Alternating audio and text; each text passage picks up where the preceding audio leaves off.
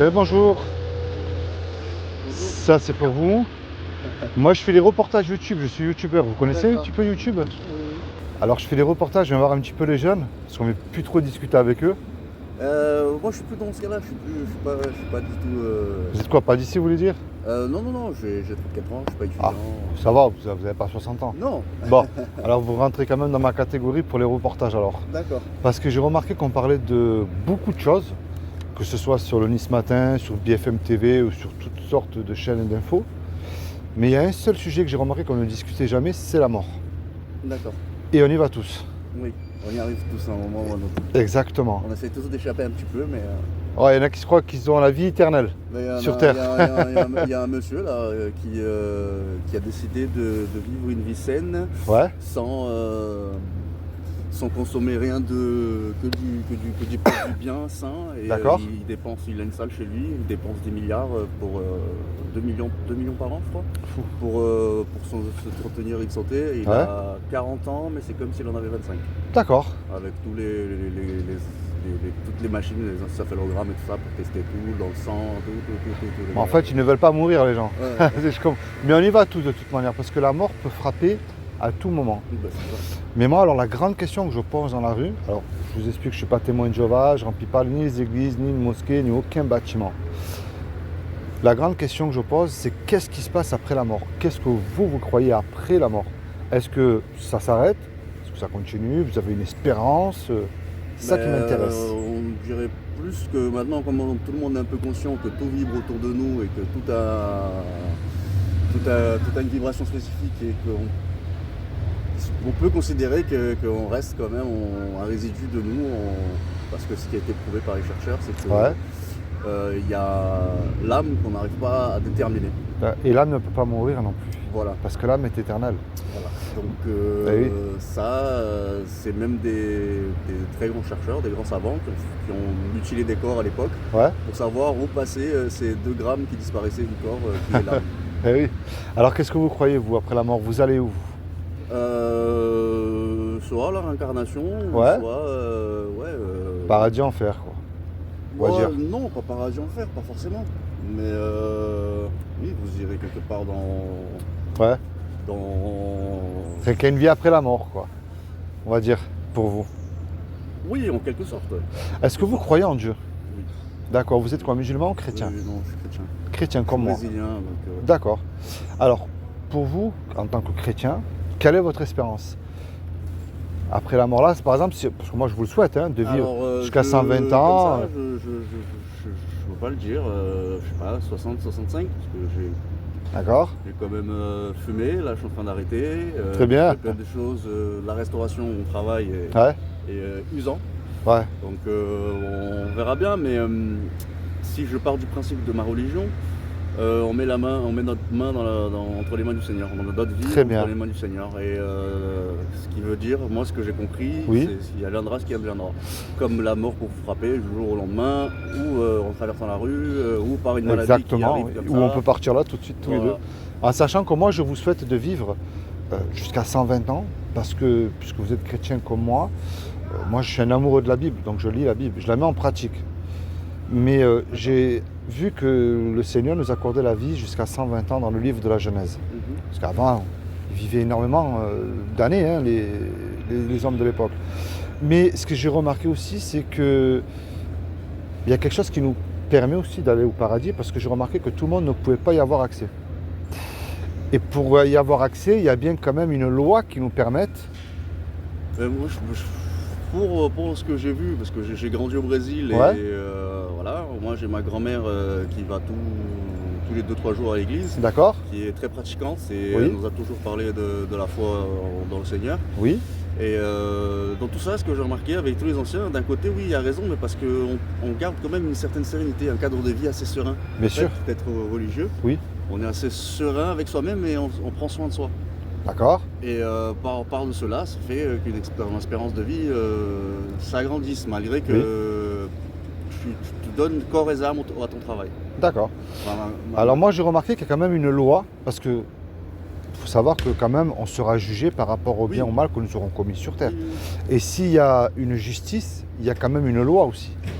Et cette loi, en fait, c'est la loi morale que Oui, Dieu oui. nous a donnée et elle définit à ses yeux si on est quelqu'un de bien ou pas. Et elle montre aussi, même si on ne se connaît pas, vous et moi, qu'on ne peut pas se juger. Mm.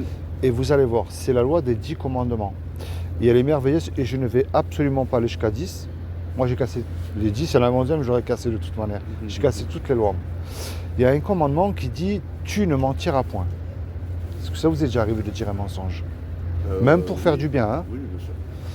Comment on appelle Je quelqu'un fais. qui ment? Un pêcheur. Un menteur. Il y en a un qui dit « tu ne voleras point ».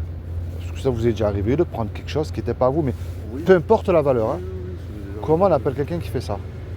C'est le péché aussi, Un voleur. C'est la vertu, c'est la... Mais vous allez voir où je vais en venir, regardez bien. Il y en a un qui dit « tu honoreras toujours tes parents ». Est-ce que vous êtes sûr que vous les avez toujours honorés?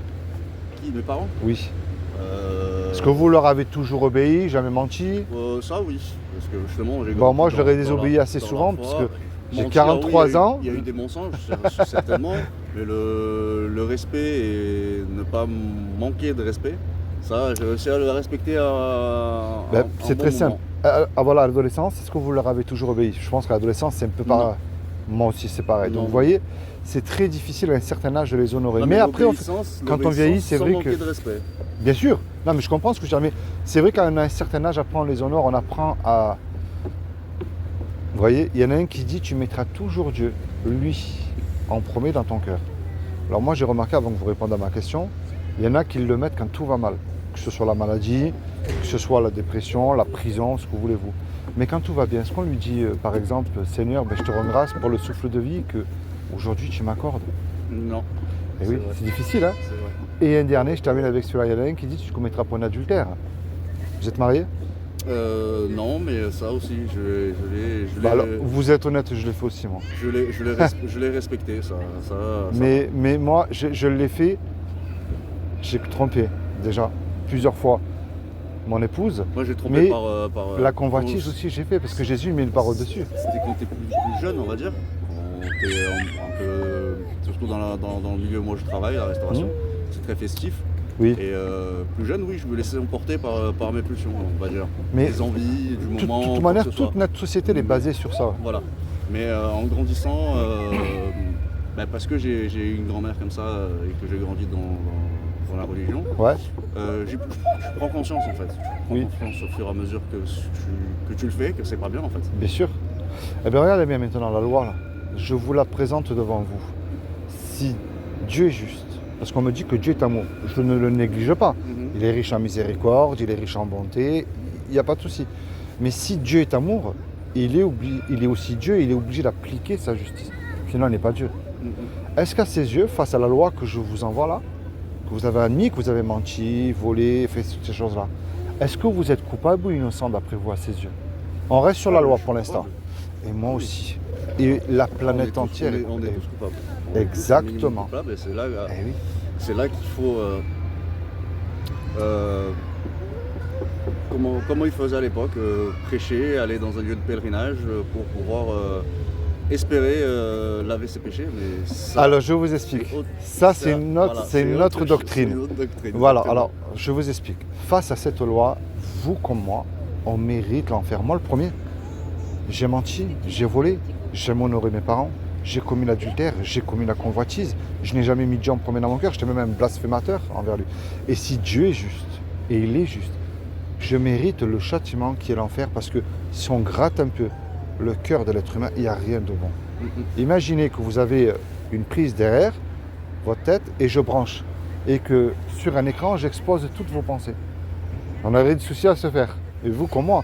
Mais ça c'est le diagnostic si vous préférez, c'est la mauvaise nouvelle. Mais moi je vous amène une bonne nouvelle demain matin, c'est vrai que Dieu nous aime. Et Dieu ne veut pas nous envoyer en enfer. Malgré que c'est quand même le péché qui nous éloigne de Dieu, qui nous y envoie en enfer, parce qu'il faut être juste et honnête de le dire. C'est pas le péché que Dieu va envoyer en enfer, c'est bien le pécheur. Et est-ce que vous savez ce qu'il a fait pour vous il y a 2000 ans, pour vous éviter justement d'y aller en enfer? Est-ce que vous savez ce qu'il a fait par amour pour vous? Il a voulu sauver.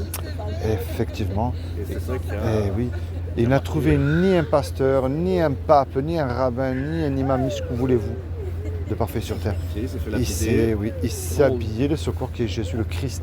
Mais je parle du vrai, de la Bible, parce que tout le monde a le sien. Et il a dit, quiconque croit que Jésus le Fils de Dieu, qu'il est ressuscité du royaume des morts le troisième jour, aura la vie éternelle à mes côtés. Et il n'a pas dit de faire des études de théologie, de faire ce que vous voulez, des pèlerinages. Non, il a dit de croire. Mais le problème de croire, ça ne suffit pas. Parce que si vous lisez dans la Bible, il y a écrit « Tu fais bien de croire en Dieu parce que les démons, ils y croient et ils tremblent. » Avant mes 10 ans, j'ai failli être pasteur. Ah ouais? Je la connaissais par cœur, en portugais. D'accord? Et je suis parti juste avant mes 10 ans et Ouais. du coup, j'ai pas été pasteur très jeune. Et sinon, là-bas au Brésil, on joue de la musique et tout ça. D'accord. Et moi, je devenais batteur, guitariste. D'accord. La louange, groupe de louange. Ouais. Alors, moi, mon but aujourd'hui envers vous, avant que vous me posez la question, je vous donne la réponse. La clé, je vous la donne tout de suite, ça s'appelle la repentance. Et je ne suis pas mieux que vous, je vous le dis avec amour. Moi, je me repens chaque jour de mes péchés. Je ne dis pas que je serai parfait, c'est pas parce que je vous prêche que vous croyez que je suis parfait, loin de là. Mais chaque jour, on essaie de marcher, d'avoir une vie de sanctification, de se tourner vers le Seigneur. Et de lui dire, moi je peux prier pour vous, mais le reste, je peux pas faire à votre place. Et vous de même envers moi. Lui dire, Seigneur, tu vois mes addictions, je n'arrive pas à arrêter à faire ceci, ou je sais pas, peut-être je crois à la réincarnation, ou éclaire-moi, parce qu'il n'y a rien de plus important que la mort et on y va tous. Moi, je pense que voilà, il y aura là, en grandissant, en passant par toutes les phases de la vie, on va dire. J'ai mis un peu tout ça de côté, mais je pense que tout est enregistré encore. Parce que j'ai grandi avec ça, j'ai passé les 10 premières années avec ça, et je pense que incessamment sous peu, ça reviendra. Mais moi, je l'espère pour vous. Imaginez, vous et moi, vous travaillez dans la restauration, vous m'avez dit. On prend la caisse de votre patron, on se fait serrer et on passe tous les deux devant le tribunal. Le juge, il nous dit à tous les deux, je vous laisse le choix. Vous me donnez 15 000 € de caution, je vous envoie tous les deux 20 ans en prison. On n'a pas l'argent parce qu'on vient de se faire serrer. Puis vous et moi, malheureusement, on ne peut pas revenir en arrière et effacer le mal qu'on a fait. Et on ne peut pas dire au juge, tous les deux non plus, monsieur le juge, vous êtes bon, miséricordieux. Je vous le promets, sur la tête de mes parents, je ne recommence plus, laissez-moi partir. Ça ne marche pas, ça. Le juge, il va nous répondre, c'est vrai que je suis bon, miséricordieux, mais moi, je suis un très bon juge et j'applique ma justice.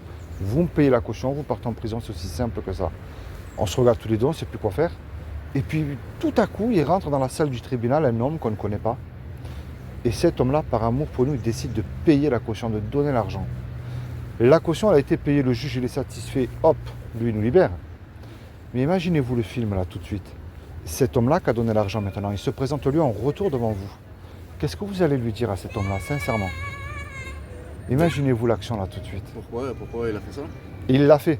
C'est comme vous conduisez la voiture sur l'autoroute, vous êtes flashé à un radar, on va dire, allez, vous roulez à 130. Oui, quelqu'un d'autre, mais moi, j'ai payé la caution, la dette. Moi, je t'avais compris, mais je te demanderai le pourquoi, le comment. Mais vous êtes redevable, ce qui est normal. Bah oui. Mais vous voyez cette image-là que je viens de vous donner là, c'est ce que Jésus a fait pour vous sur la croix, pour vos péchés il y a 2000 ans. Face à cette loi que je vous ai annoncée, vous comme moi, que vous le vouliez ou pas, c'est dur ce que je dis, mais je le dis avec amour, vous méritez comme moi l'enfer. Mais il vous aime et il a payé cette dette. Ce qu'il vous demande aujourd'hui, on mélange souvent Dieu et la religion. La religion, c'est les hommes pour dominer sur les autres hommes. On va dire c'est comme de la politique.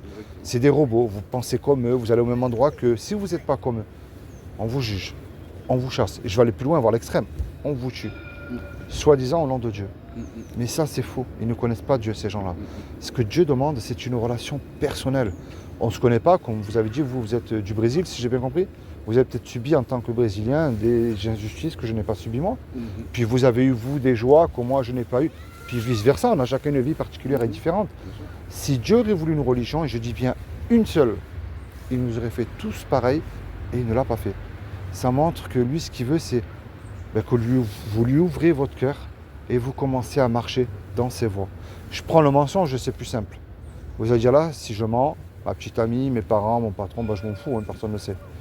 Mais attends, je ne peux plus faire ça, moi, il est mort pour ça à la croix à cause de moi. Et il m'accorde le paradis gratuitement, je n'ai rien à payer. Alors je décide de jeter tous mes péchés à la poubelle envers lui, même si c'est dur, mais je sais qu'il va m'aider à le faire. Et je décide de le suivre sincèrement et puis fidèlement aussi. Et je sais que derrière, il m'aidera, il sera là toujours pour moi. Et puis plus que tout, il me sauvera le jour du jugement dernier. Parce que vous le vouliez ou pas, si vous regardez bien, plus rien qui tourneront. Ah non. Le mal, il est plus considéré non. comme le bien, puis le bien considéré comme le mal aujourd'hui.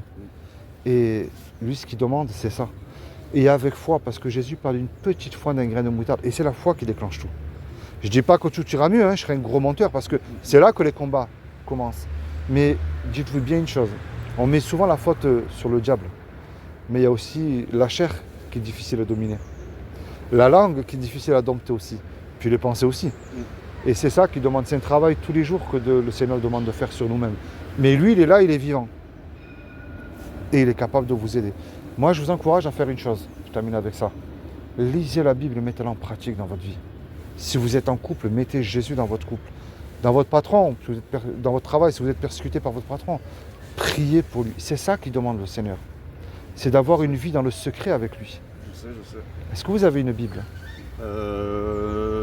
J'ai un Nouveau Testament en brésilien qui est chez ma mère, oui, que j'ai ramené du Brésil. D'accord. Et vous lisez très bien le français Oui, sinon? bien sûr. Ben, je vais faire cadeau d'une Bible, c'est pas une très grosse Bible, je vous rassure, je vous la donne, c'est gratuit. Vous n'avez rien à me donner. Et moi, je vais pour ça dans la rue. Vous voyez, je suis un simple chrétien, je mets ma Bible en pratique, je fais surtout des reportages, non pas pour des vues, des abonnés, je m'en fous de ça. Mais c'est pour dire aux chrétiens, sortez, dites la vérité aux gens si vous les aimez. Si on aime les gens, il faut dire la vérité. Malgré tout ça, justement, par rapport aux années que j'ai grandi avec dans la la foi. du Seigneur, Ouais. la foi, je trouve que ça m'a porté beaucoup dans ma vie. D'accord. Comme si on avait une bonne étoile, vous voyez. Ouais. Ben, vous savez, Là, aujourd'hui, par exemple, le fait qu'on discute, ça c'est pour. je suis dans une petite phase un peu compliquée. Oui. Et c'est comment dire, c'est encore un chemin. Il y avait d'autres personnes tout à l'heure. Ouais. J'aurais pu aller les voir eux. Et je trouve que voilà, le fait que vous soyez venu me parler à moi, ça joue aussi. Vous m'avez dit que votre grand-mère était croyante, très croyante. Elle est C'est une- encore vivante, elle a 75 ans et elle y va Ouais, j'imagine que c'est elle y une va très encore. vieille dame dans la foi. Elle vient de sortir d'une fièvre jaune là. D'accord. Donc, voilà, encore très forte. Elle a Ouais. passé deux Covid, deux trucs de Covid. Et jusqu'au dernier moment, c'est la main dans la vie du Seigneur. Si je Ah dois ben, elle doit partir, prier je pour partirai. vous. Puis au dernier moment, ah oui. C'est pour ça que c'est pas le hasard. Le hasard n'existe pas avec oui, Dieu. oui. C'est pas un hasard si on discute Non, tous les deux. c'est pas le hasard. Je veux justement dire que c'est les énergies, justement. Oui. C'est le fait d'avoir De connexion. tout donné, partagé un moment de sa vie. Et comme je vous ai dit, je sens aussi qu'en vieillissant, je retournerai sur moi. Mais moi, je vous encourage. Vous savez, moi, je vous le dis avec amour parce que je vous aime et je préfère vous voir là-haut. Vous savez, moi, j'habite dans un quartier, ça me fait de la peine parce qu'il y a un petit jeune de 17 ans. Juste à côté de sa maison, il a perdu la vie en accident de moto. Mais bêtement, sans casque, sans rien. La mort peut frapper à tout moment. Qu'on soit jeune ou moins jeune. Mais la grande question avec un gros point d'interrogation, est-ce que je suis sûr de mon salut et réellement réconcilié avec Dieu? Et où est-ce que je vais passer l'éternité? Moi, le purgatoire, je n'y crois pas. Cette doctrine-là, c'est le catholicisme. Dans la tombe, pour moi, il n'y a pas de repentance. Et c'est maintenant.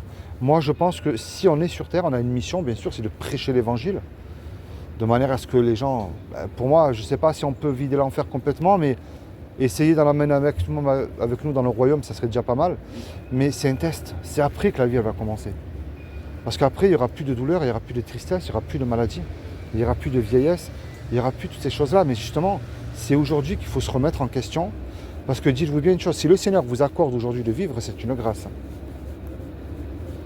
Et cette grâce, il faut la saisir. C'est comme une petite perle précieuse. Mais il n'y en a pas de prix, cette perle-là. Et c'est la vie éternelle. Soyez bénis. Merci de m'avoir supporté. C'est comment votre prénom? Il n'y a pas de problème. Rubson, Rubson. Ouais. Moi, c'est Philippe. comme le scotch. D'accord. Que le Seigneur te bénisse, toi, et puis tes parents, et puis ta famille. Merci. Tu as la chance d'avoir une grand-mère qui est vraiment zélée dans la foi. Pour de même. Oui. Il n'y a pas qu'elle, il y a une bonne partie de la famille. Il y a juste ceux qui sont partis un peu du pays, qui ont perdu Ouais. un peu la foi. Mais justement, comme vous avez dit tout à l'heure, c'est dans les moments difficiles qu'on retrouve tout de suite, dès qu'il y a un moment de malheur, des choses comme ça. C'est ça. On se remet en question. Et là, tout ce que vous avez dit, ça m'a fait penser à ma mère dernièrement, qui a fumé toute sa vie, qui est partie du Brésil, qui a eu la même enfance que moi, mais pourtant pas du tout le même comportement, très alcoolique, très fumeuse. Et Mais dès que les soucis arrivent, par exemple, là, ma grand-mère, quand elle est partie à l'hôpital, et j'ai eu un tonton qui a eu un cancer, D'accord. tout de suite, c'était le Seigneur, elle priait, Eh oui. elle criait les louanges, et puis ça lui a rouvert les yeux, Amen. et elle a arrêté de fumer, elle a arrêté Ben, de gloire à boire, Dieu. elle a arrêté, elle a pris Moi, j'étais un 50 très très ans. gros fumeur de cigarettes à à l'époque. 50 ans, elle a pris un grand tournant. D'accord. Ben moi, j'étais un gros fumeur de cigarettes. Moi, une semaine avant de passer dans les eaux du baptême à la plage, là, à Nice, parce que moi, j'ai reconnu le Seigneur en prison. Moi, j'étais un ancien dealer. Hein. Moi, Mais là, moi, c'était que l'argent je et fumais. tout ça. Hein. Je fumais là, et ça fait un mois j'ai arrêté. Juste le week-end dernier, j'ai pris un petit truc comme ça pour me détendre un petit peu. Mais sinon, il y a plein de choses comme ça aussi qu'on est en train de... Eh ben, tu sais, je me permets de tutoyer, le plus important, j'ai remarqué, c'est ceux qui prient dans le secret que tu ne vois pas. Ma femme priait pour moi. Et bon, moi, je lui disais, laisse-moi tranquille, toi et ton Jésus, là, c'est bon. Mais malgré que j'étais en prison, elle continue à prier pour moi. Aujourd'hui, je suis ce que je suis, grâce à ses prières, parce que le Seigneur m'a visité aussi en prison, en cellule. Hein. Et si j'aurais pu revenir en arrière et me baptiser avant et donner ma vie au Seigneur, je l'aurais fait. Mais j'ai compris que les temps de Dieu ne sont pas les nôtres aussi. Mais une semaine avant mon baptême, je fumais plus les roulés, hein, parce que ça m'avait tué les poumons lorsque j'étais en cellule. Je fumais la cigarette électronique. Et puis, parce que la peur est une très bonne chose aussi. Ma femme me dit, attends Philippe, tu vas te faire baptiser, tu fumes encore. J'ai tout pris, j'ai tout jeté par la fenêtre. Je me rappelle comme si c'était hier, tout jeté par la fenêtre. J'en ai été dégoûté à l'instant même. Plus, pas un manque, rien. Et ça, c'est une grâce, il n'y a que le Seigneur qui fait ça. Mais aujourd'hui, quelqu'un va fumer à côté de moi, ça va pas je vais pas ressentir un manque. L'odeur m'écoeure. C'est ce qui arrive beaucoup. Moi aussi, j'ai un de mes meilleurs amis. Il a arrêté aussi comme moi, mais lui, ça fait plus de 5 ans. Ouais, ça fait plus de 5 ans. Parce qu'il avait plein de problèmes véhicules, contrôlés positifs au cannabis. Donc voilà. Et là, c'est la même chose. Là. Même les clopes, en ce moment, il est en train d'espacer, de tirer. C'est comme quoi, c'est vraiment un signe quand on est dégoûté de l'odeur ou de voir. C'est vraiment le signe que tu as passé ce cap. Ouais, c'est vrai. C'est pas faux, c'est vrai. C'est Mais moi, parce que j'ai les retours que j'ai. Moi, je vous encourage à Jésus. Venez comme vous êtes. C'est lui qui vous change, qui vous transforme. Et parce que le Seigneur, si vous remarquez dans la Bible, quand vous la lirez, il était assis à table avec les prostituées, les ivrognes, pas pour devenir comme eux, pour leur montrer le véritable chemin. Parce que vous avez beaucoup de pharisiens aujourd'hui. J'emploie ce mot-là comme écrit dans la Bible. Ils sont bons extérieurement, mais à l'intérieur, zéro. C'est la référence aussi du figuier qui est sec, qui ne porte pas de fruits. Mais le Seigneur, ce qu'il veut, c'est vous aider, vous venez à lui tel que vous êtes, et lui va vous transformer. Regardez l'apôtre Paul, le plus grand persécuteur de chrétiens. C'est devenu l'un des plus grands apôtres. Vous voyez ? Et moi, c'est lui que je vous amène, c'est le Jésus de la Bible. Et moi, je ne néglige pas, quelqu'un peut envoyer vous parler. Moi, je sais que ce n'est pas un hasard avec vous que je vous rencontre. Hein. Les prières, elles sont dans le secret. Hein. Mais le plus important, mettez votre Bible en pratique. Et si ça ne va pas, priez. Priez la louange, comme vous avez dit. Il n'y a rien de plus important que la foi. Et c'est la foi qui déclenche qui amène toutes vos montagnes, qui les jette dans la mer. Votre montagne de soucis, votre montagne d'addiction à la cigarette ou je ne sais quoi. Et vous voyez, c'est ce que Jésus nous dit. Si vous aurez la foi comme un petit grain de moutarde et que vous ne douterez point, parce qu'il y en a beaucoup qui prient, mais après qui doutent 5 minutes après, vous direz à cette montagne, jette-toi à la mer. Et moi, c'est ça que je vous amène. La foi et Jésus et la Bible. Bon, je termine avec ça. Est-ce que vous sauteriez d'un avion sans parachute en plein vol ? Sans parachute en plein vol. En plein vol, hein, j'ai bien dit. Tout dépend des circonstances. Non, je tiens beaucoup à la vie. Moi, avec un parachute, de toute manière, je ne ferai même pas non plus. Le Seigneur nous l'a donné, il faut en tirer le meilleur. Et pourtant, on ne se connaît pas tous les deux. Et je répète une phrase que m'a toujours dit ma grand-mère, t'as 2 pieds, 2 bras. C'est pas faux. 2 jambes, 2 bras, 2 jambes, t'as de quoi faire, vas-y. Et pourtant, regarde. Cette possibilité-là, Ouais. t'es né sans maladie, t'es né sans rien, avance dans ta vie. Et pourtant, regarde bien, tous les deux, on ne se connaît pas. Et un jour ou l'autre, on va faire le grand saut, le grand plongeon dans la mort. Est-ce que Jésus ne serait pas ton parachute dès aujourd'hui, que si tu places ta foi et ta confiance sans ne point douter en lui, tu as le salut éternel. Parce que le seul nom qui nous a été donné sous le ciel, devant lequel tout genou fléchira, soit pour la vie éternelle, soit pour la perdition éternelle, c'est le nom de Jésus. C'est le nom qui est au-dessus de tout nom, qui est digne d'adoration et de louange, comme tu as dit. Allez, sois béni. Merci de m'avoir supporté. Puis merci pour les quelques minutes aussi, ça m'a fait super plaisir. Lis la Bible. Allez, ça me merci.